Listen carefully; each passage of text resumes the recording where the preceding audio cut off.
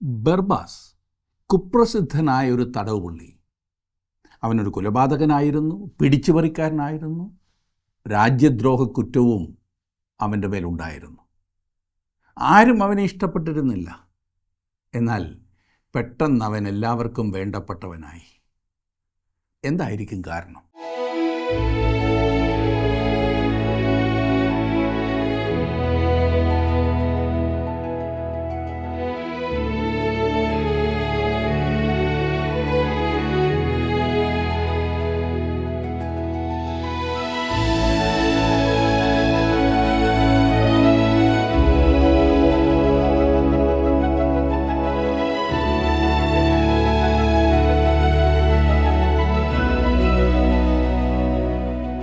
ജീവസന്ദേശം Bible ക്ലാസ്സിലേക്ക് സ്വാഗതം. ക്രിസ്തുവിൻ്റെ മരണം കേവലം ഒരു യാദൃച്ഛികതയോ ആകസ്മികമായ സംഭവമോ ആയിരുന്നില്ലെന്ന് തിരുവചനം സാക്ഷ്യപ്പെടുത്തുന്നു. ക്രിസ്തു നമ്മുടെ പാപങ്ങൾക്ക് വേണ്ടി തിരുവെഴുത്തുകളിൻ പ്രകാരം മരിച്ചു, അടക്കപ്പെട്ടു.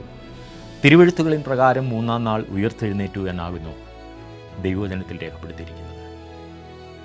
കർത്താവായ യേശുവിൻ്റെ മരണത്തോടനുബന്ധിച്ച് നടന്ന ഓരോ സംഭവവും തിരുവചനത്തിൻ്റെ നിവൃത്തിയായിരുന്നുവെന്ന് വിശുദ്ധ മത്തായി തൻ്റെ സുവിശേഷത്തിൽ വളരെ വ്യക്തമായി രേഖപ്പെടുത്തിയിരിക്കുന്നു. മത്തായി എഴുതിയ സുവിശേഷം 27-ാം അധ്യായത്തിൻ്റെ 7 മുതൽ 51 വരെയുള്ള വാക്യങ്ങളാണ് ഇന്ന് നമ്മൾ ചിന്തിക്കുന്നത്.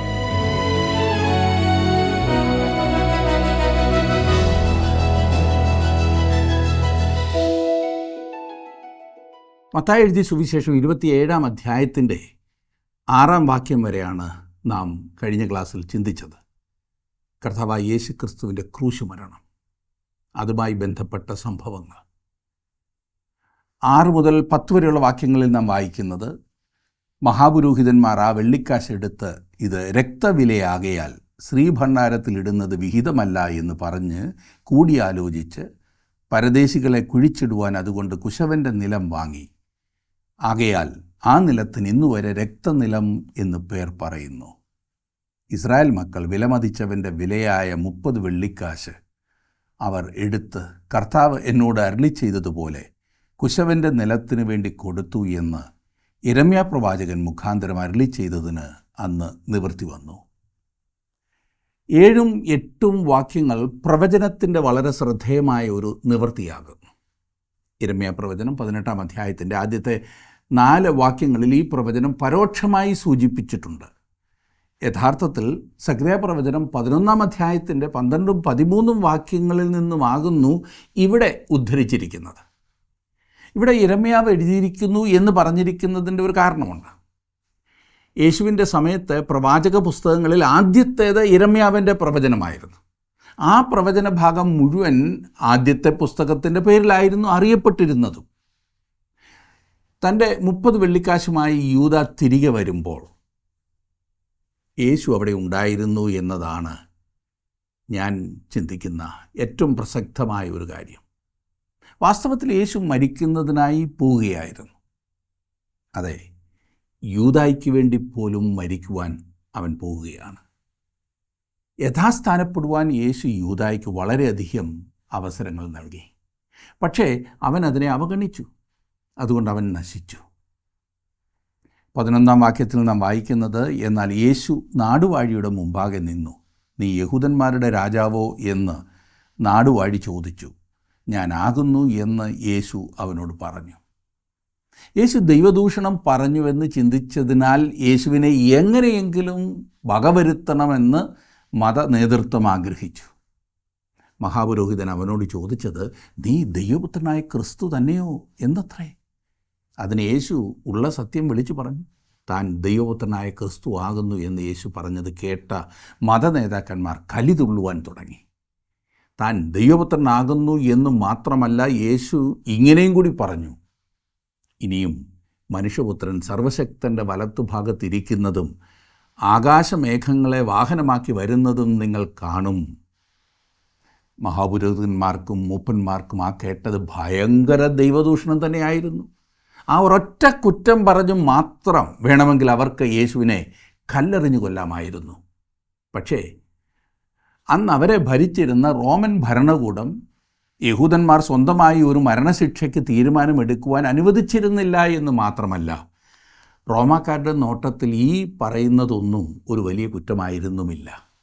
അതുകൊണ്ട് റോമാക്കാർക്ക് കുറ്റകരമായി തോന്നുന്ന ഒരു തെറ്റാരോപിച്ച് അവർ യേശുവിനെ പീലാത്തോസിൻ്റെ മുമ്പിൽ നിർത്തേണ്ടതായി വന്നു. ആ തെറ്റ് രാജ്യദ്രോഹം എന്നത് മാത്രമായിരുന്നു.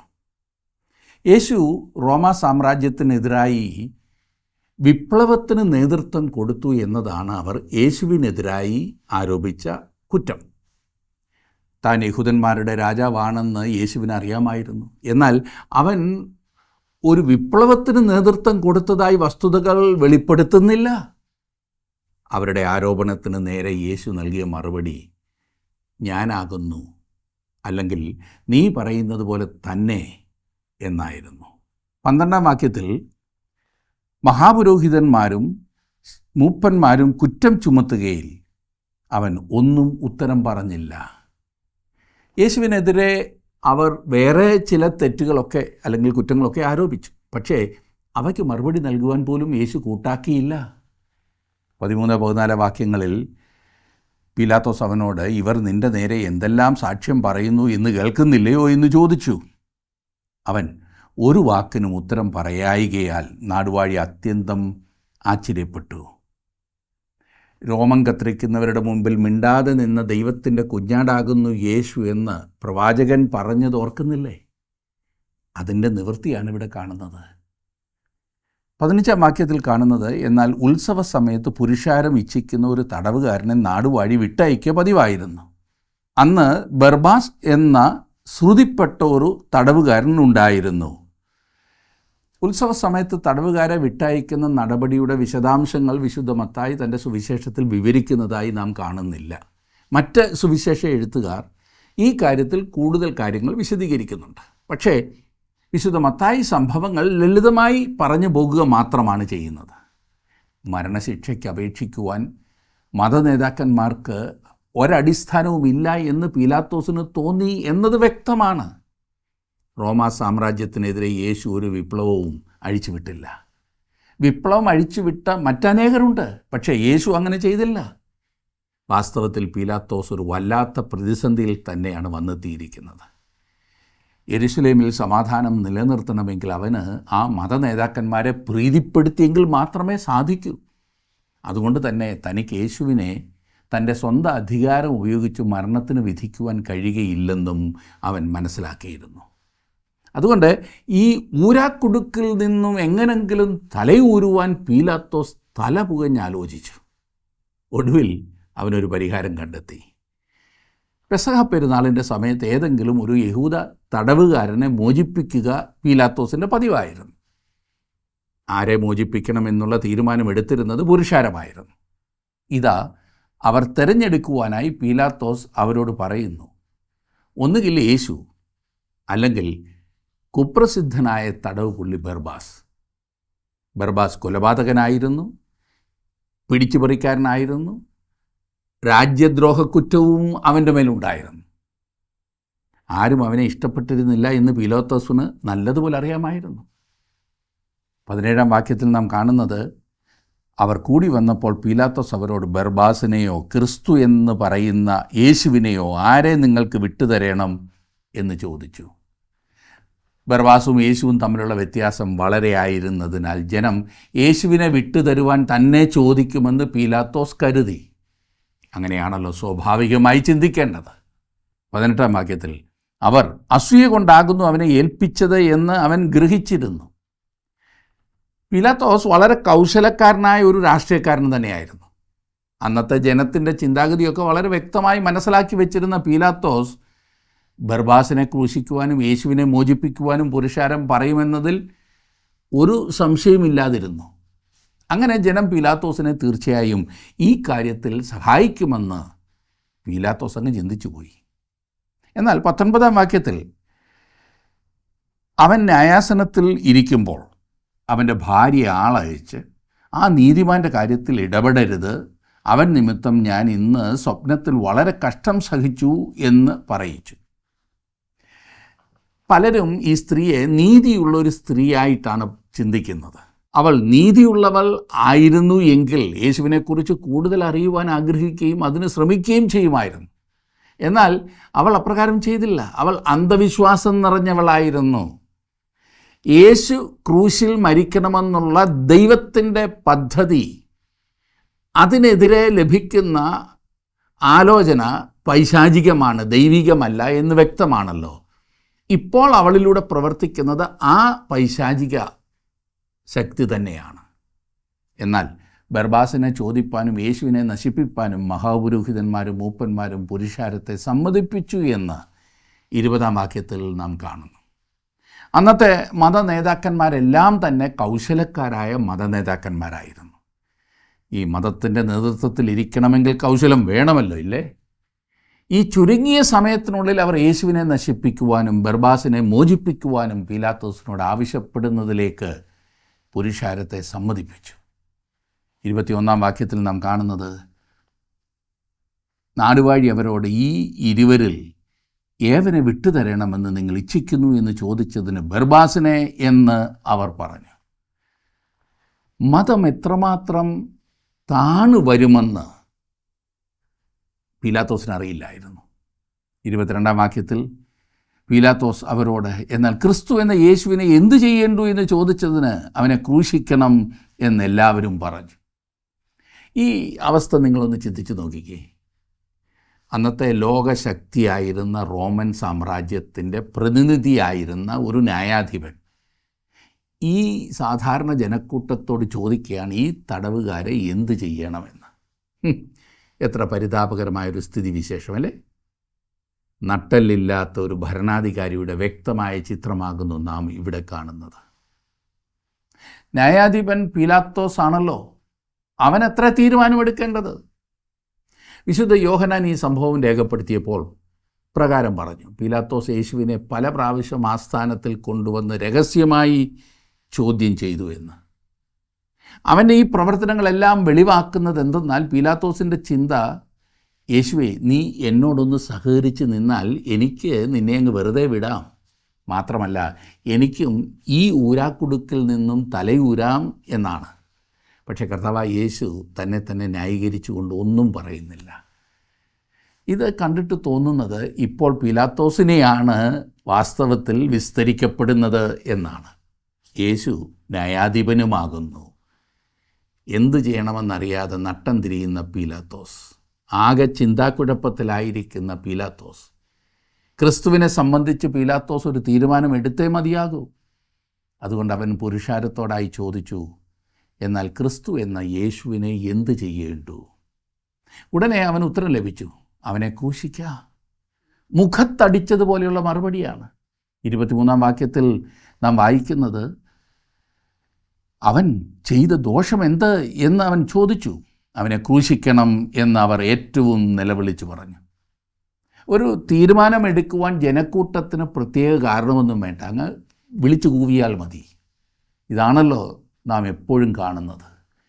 24-ാം വാക്യത്തിൽ, ആരവാരം അധികമാകുന്നതല്ലാതെ ഒന്നും സാധിക്കുന്നില്ല എന്ന് പീലാത്തോസ് കണ്ടിട്ട് വെള്ളമെടുത്ത് പുരുഷാരം കാണെ കൈ കഴുകി, ഈ നീതിമാൻ്റെ രക്തത്തിൽ എനിക്ക് കുറ്റമില്ല, നിങ്ങൾ തന്നെ നോക്കിക്കൊള്ളുവീൻ എന്ന് പറഞ്ഞു.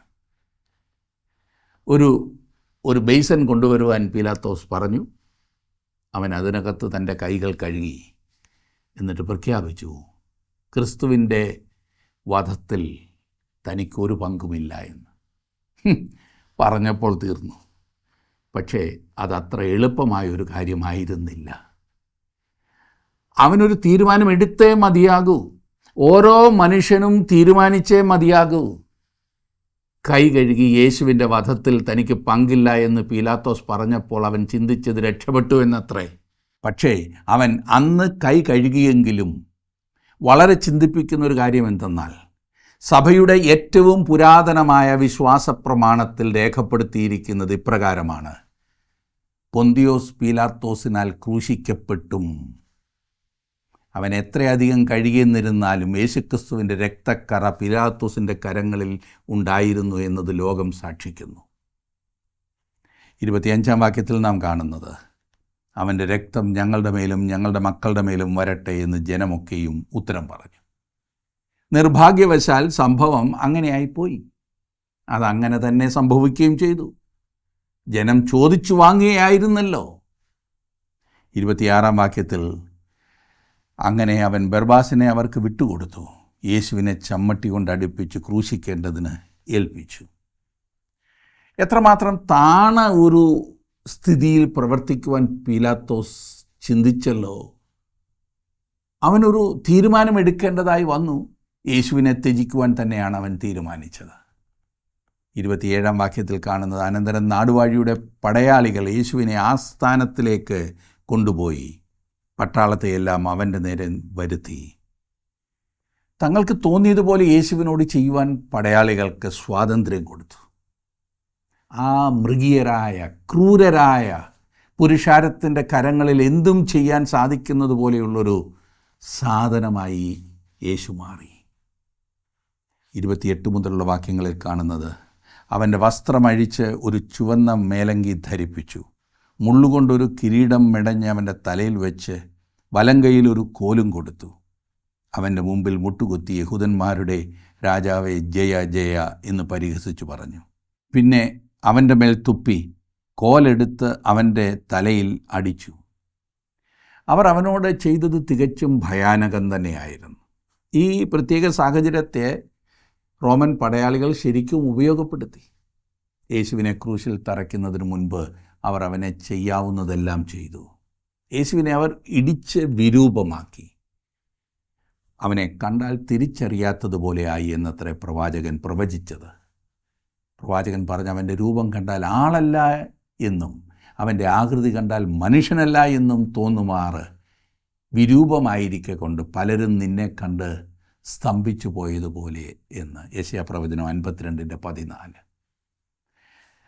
31, 32 വാക്യങ്ങളിൽ അവനെ പരിഹസിച്ച് തീർന്നപ്പോൾ മേലങ്കി നീക്കി അവൻ്റെ സ്വന്തം വസ്ത്രം ധരിപ്പിച്ചു ക്രൂശിപ്പാൻ കൊണ്ടുപോയി. അവർ പോകുമ്പോൾ ശിമോൻ എന്നു പേരുള്ള കുറേനക്കാരനെ കണ്ടു. അവൻ്റെ ക്രൂശ് ചുമപ്പാൻ നിർബന്ധിച്ചു. എൻ്റെ യേശു ഹീനമായ അപമാനത്തിനും പറഞ്ഞറിയിക്കുവാൻ സാധിക്കാത്തതുപോലെ പീഡനത്തിനും വിധേയനായി. അവിടുന്ന് സഹിച്ച പീഡനത്തിൻ്റെ ആധിക്യം കാണിക്കുന്നതത്ര ക്രൂശ് എടുപ്പാൻ കഴിയാതെ വണ്ണം അവൻ തളർന്നതായി കാണിച്ചിരിക്കുന്നത്. 33 വാക്യത്തിൽ കാണുന്നത്, തലയോടിടം എന്നർത്ഥമുള്ള ഗോൽഗോഥ എന്ന സ്ഥലത്തെത്തിയപ്പോൾ അവന് കയ്പ് കലക്കിയ വീഞ്ഞ് കുടിപ്പാൻ കൊടുത്തു. അത് രുചി നോക്കിയാറെ അവന് കുടിപ്പാൻ മനസ്സായില്ല. ഇന്ന് ഗോൾഡൻസ് കാൽവറി എന്നറിയപ്പെടുന്ന സ്ഥലമായിരിക്കും ഈ പറയുന്നത്. ഗോൽഗോഥായെക്കുറിച്ച് ബൈബിളിൽ പറഞ്ഞിരിക്കുന്ന വിശദീകരണത്തിന് യോജിക്കുന്ന സ്ഥലം തന്നെയാണ് ഈ ഗോൾഡൻസ് കാൽവറി. ഒരു തലയോട്ടി പോലെ തോന്നിക്കുന്ന മല. 69 സങ്കീർത്തനത്തിൻ്റെ 21 വാക്യത്തിൻ്റെ ഒരു നിവൃത്തിയാണ് 34 വാക്യത്തിൽ നാം കണ്ടത്. അവർ എനിക്ക് തിന്നുവാൻ കയ്പ് തന്നു, എൻ്റെ ദാഹത്തിന് അവർ എനിക്ക് ചൊറുക്ക കുടിപ്പാൻ തന്നു എന്ന് നാം ആ സങ്കീർത്തനത്തിൽ വായിക്കുന്നു. 35 വാക്യത്തിൽ നാം കാണുന്നത്, അവനെ ക്രൂശിൽ തറച്ച ശേഷം അവർ ചീട്ടിട്ട് അവൻ്റെ വസ്ത്രം പകുത്തെടുത്തു. ക്രിസ്തുവിൻ്റെ ക്രൂശ് മരണത്തിൻ്റെ വ്യക്തമായൊരു ചിത്രം നൽകുന്ന സങ്കീർത്തനമാണല്ലോ 22 സങ്കീർത്തനം. നാം ഇപ്പോൾ വായിച്ച വാക്യവും 22 സങ്കീർത്തനത്തിൽ നിന്നാകുന്നു. അതിൻ്റെ 18 വാക്യത്തിൽ എൻ്റെ വസ്ത്രം അവർ പകുത്തെടുത്തു, എൻ്റെ അങ്കിക്കായി അവർ ചീട്ടിടുന്നു എന്ന് പറഞ്ഞിരിക്കുന്നു. 36 വാക്യത്തിൽ നാം വായിക്കുന്നത്, അവിടെ ഇരുന്നു കൊണ്ട് അവനെ കാത്തു എന്ന്. ഇത്രയൊക്കെ ചെയ്തില്ലേ, ഇനിയും അവൻ അവിടെ കിടന്ന് ചാകട്ടെ എന്ന് പറഞ്ഞിട്ട് അവർ എന്തുകൊണ്ട് വീട്ടിൽ പോയില്ല? മനുഷ്യവർഗം ഇത്രമാത്രം അധപ്പതിച്ച വേറെ ഒരവസരം ഉണ്ടായിട്ടില്ല എന്നതാണ് എൻ്റെ അഭിപ്രായം. അവിടെ ഇരുന്നു കൊണ്ട് അവർ അവനെ കാത്തു. എൻ്റെ ഒരു ചിന്ത പറയട്ടെ, അന്ന് അവിടെ ഇരുന്നു കൊണ്ട് അവനെ കാത്ത കൂട്ടത്തിൽ തർസോസുകാരനായ ശൗലും ഉണ്ടായിരുന്നിരിക്കണം. പിന്നീട് തിമത്യോസിന് ലേഖനം എഴുതിയപ്പോൾ പറഞ്ഞതോർക്കുന്നില്ലേ, ആ പാപികളിൽ ഞാൻ ഒന്നാമൻ എന്ന്. 37 മുതലുള്ള വാക്യങ്ങളിൽ നാം കാണുന്നത്, യഹൂദന്മാരുടെ രാജാവായി യേശു എന്നവൻ്റെ കുറ്റസംഗതി എഴുതി അവൻ്റെ തലയ്ക്ക് മീതെ വെച്ചു. വലത്തും ഇടത്തുമായി 2 കള്ളന്മാരെയും അവനോടുകൂടെ ക്രൂശിച്ചു. കടന്നു പോകുന്നവർ തലകുലുക്കി അവനെ ദുഷിച്ചു. മന്ദിരം പൊളിച്ചു 3 നാൾ കൊണ്ട് പണിയുന്നവനെ, നിന്നെ തന്നെ രക്ഷിക്ക, ദൈവപുത്രനെങ്കിൽ ക്രൂശിൽ നിന്ന് ഇറങ്ങി വാ എന്ന് പറഞ്ഞു. യേശുവിനെ ക്രൂശിപ്പാൻ ആരോപിക്കപ്പെട്ട കുറ്റം യേശു യഹൂദന്മാരുടെ രാജാവായി പറഞ്ഞു എന്നതാണല്ലോ. അത് ശരിയായ പ്രസ്താവന തന്നെയായിരുന്നു. പക്ഷേ അവർ അർത്ഥമാക്കിയിരുന്ന വിധത്തിലല്ല എന്ന് മാത്രം. അവരുന്നയിക്കുന്ന സംശയം ശ്രദ്ധിച്ചാലും, നീ ദൈവപുത്രനെങ്കിൽ അവൻ ദൈവപുത്രൻ ആയിരുന്നത് കൊണ്ട് തന്നെയാണ് അവൻ ക്രൂശിൽ നിന്നും ഇറങ്ങി വരാതിരുന്നതെന്ന് അവർ അറിഞ്ഞില്ല. ഈ അവസരത്തിൽ അവന് യാതൊന്നും തെളിയിക്കേണ്ട കാര്യമില്ല. ലോകത്തിൻ്റെ പാപങ്ങൾക്ക് വേണ്ടിയാണ് അവൻ മരിക്കുന്നത്. 41 വാക്യത്തിൽ കാണുന്നത്, അങ്ങനെ തന്നെ മഹാപുരോഹിതന്മാരും ശാസ്ത്രിമാരും മൂപ്പന്മാരും പരിഹസിച്ചു. രക്തദാഹികളായ ഈ മനുഷ്യർ ഒടുവിൽ യേശുവിനെ ക്രൂശിൽ തറച്ചു കഴിഞ്ഞപ്പോൾ ഇനിയും വീട്ടിൽ പോയി കളയാമെന്ന് ചിന്തിച്ചുവെന്ന് കരുതിയാൽ തെറ്റി. ഇനിയും അവൻ സമാധാനമായി മരിക്കട്ടെ എന്നവർ ചിന്തിച്ചില്ല. അവനിൽ അവശേഷിച്ച അല്പം ജീവൻ തീരുന്നത് വരെ അവർ യേശുവിനെ അവഹേളിച്ചു.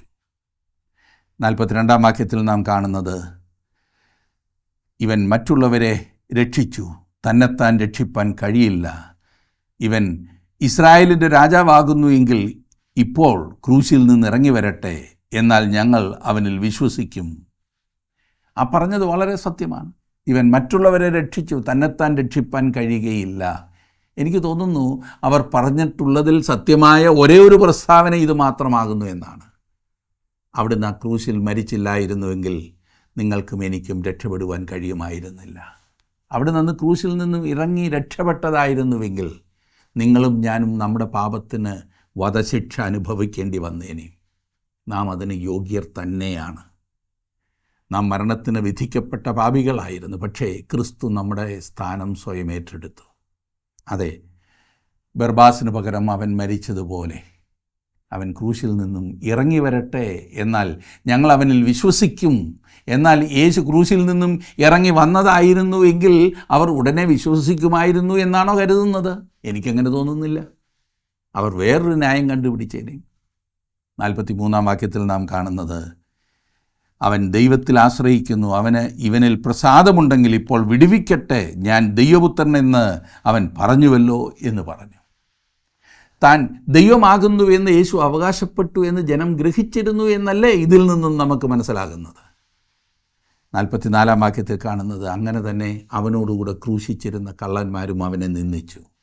യേശുവിനെ സകലരും നിന്ദിച്ചുവെന്നാണ് നാം കാണുന്നത്. അവനോടുകൂടെ ക്രൂശിക്കപ്പെട്ട 2 കള്ളന്മാരും യേശുവിനെ പരിഹസിച്ചു. എന്നാൽ അവരിൽ ഒരാൾ പിന്നീട് അനുതപിച്ച് യേശുവിനെ കൈക്കൊണ്ടു എന്ന് ലൂക്കോസ് രേഖപ്പെടുത്തുന്നുണ്ട്. 45 വാക്യത്തിൽ കാണുന്നത്, 6 മണി നേരം മുതൽ 9 മണി നേരം വരെ ദേശത്തെല്ലാം ഇരുട്ടുണ്ടായി എന്നാണ്. അവർ യേശുവിനെ ക്രൂശിൽ തറച്ചത് 3 മണി നേരത്താണ്. അത് നമ്മുടെ രാവിലെ 9 മണിയാണ്. അന്നേരം മുതൽ ഉച്ചയ്ക്ക് 12 മണി വരെയും മനുഷ്യന് ചെയ്യാവുന്നതെല്ലാം യേശുവിനോട് ചെയ്തു. തുടർന്ന് 3 മണി വരെയും ദേശത്തെല്ലാം ഇരുട്ടുണ്ടായി. അതായത് നട്ടുച്ചയ്ക്ക് ഇരുട്ട്.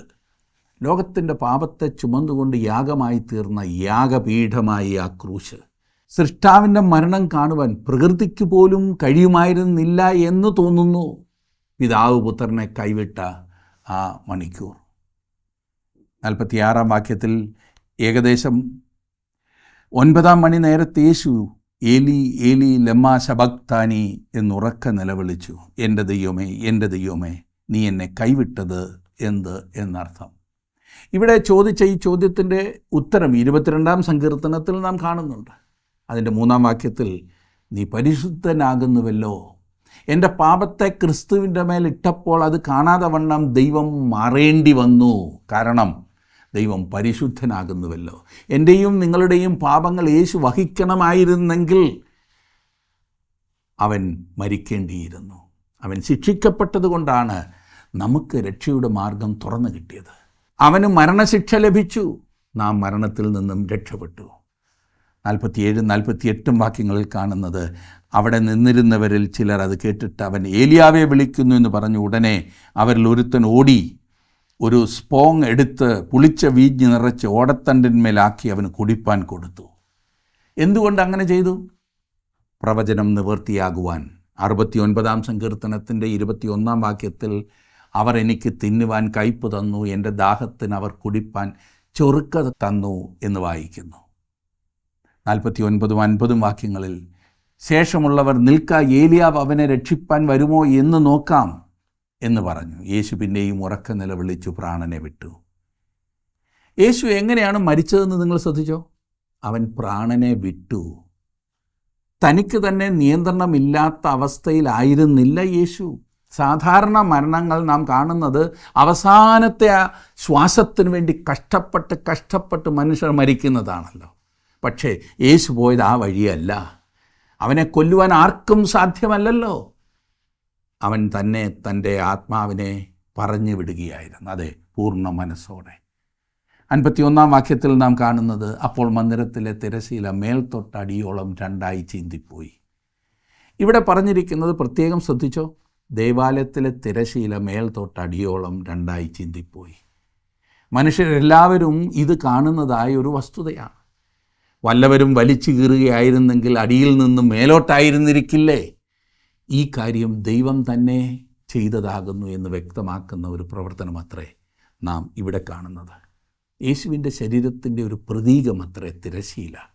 അവിടുത്തെ ശരീരം ക്രൂശിൽ ചീന്തപ്പെട്ടപ്പോൾ, അതെ, നിങ്ങളുടെ പാപത്തിനുള്ള ശിക്ഷ, എൻ്റെ പാപത്തിനുള്ള ശിക്ഷ യേശുക്രിസ്തു ക്രൂശിൽ വഹിച്ചപ്പോൾ ദൈവ സാന്നിധ്യത്തിലേക്കുള്ള വഴി നമുക്കായി ദൈവം തുറന്നു തന്നു.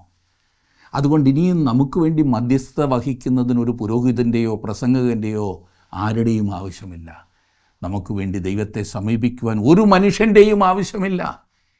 പാപികളെന്ന നിലയിൽ ക്രിസ്തുവിൽ കൂടി നമുക്ക് ദൈവസിംഹാസനത്തിലേക്ക് നേരെ കടന്നു ചെല്ലാവുന്നതാണ്. ഇതിനിടയിൽ ആരും നിന്ന് തടസ്സപ്പെടുത്താതിരുന്നാൽ മാത്രം മതിയാകും.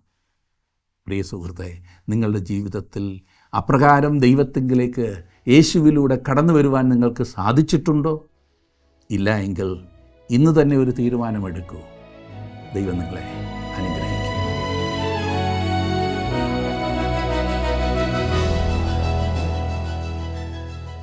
ക്രിസ്തുവിൻ്റെ ക്രൂശ് മരണം മാനവജാതിയുടെ പാപപരിഹാരത്തിനു വേണ്ടിയായിരുന്നുവെങ്കിലും അതിൻ്റെ പിന്നിൽ പ്രവർത്തിച്ചത് യഹൂദ മതനേതാക്കളുടെ കരങ്ങളായിരുന്നു. ദൈവകൃപയിൽ നിന്ന് അന്യപ്പെട്ടാൽ മതം എത്രത്തോളം അധംപതിക്കാമെന്നതിൻ്റെ ഏറ്റവും വലിയ തെളിവാണ് കർത്താവിൻ്റെ ക്രൂശുമരണം. അധികാരമോഹവും ധനാസക്തിയും സുഖലോലുപതയും അന്നത്തെ മതനേതാക്കളുടെ കണ്ണുകളെ അന്ധമാക്കി തീർത്തു. ഇവൻ്റെ രക്തം ഞങ്ങളുടെ മേലും ഞങ്ങളുടെ മക്കളുടെ മേലും വരട്ടെ എന്ന് ജനക്കൂട്ടത്തെ കൊണ്ട് നിലവിളിപ്പിക്കുവാൻ തക്കവണ്ണം അവരുടെ ഹൃദയം കഠിനമായി തീർന്നു. എങ്കിലും ദൈവപുത്രനായ യേശുവിൻ്റെ രക്തം സകല പാപവും പോക്കി നമ്മെ ശുദ്ധീകരിക്കുവാൻ പര്യാപ്തമായി തീർന്നതോർത്ത് നമുക്ക് ദൈവത്തിന് സ്തോത്രം ചെയ്യാം.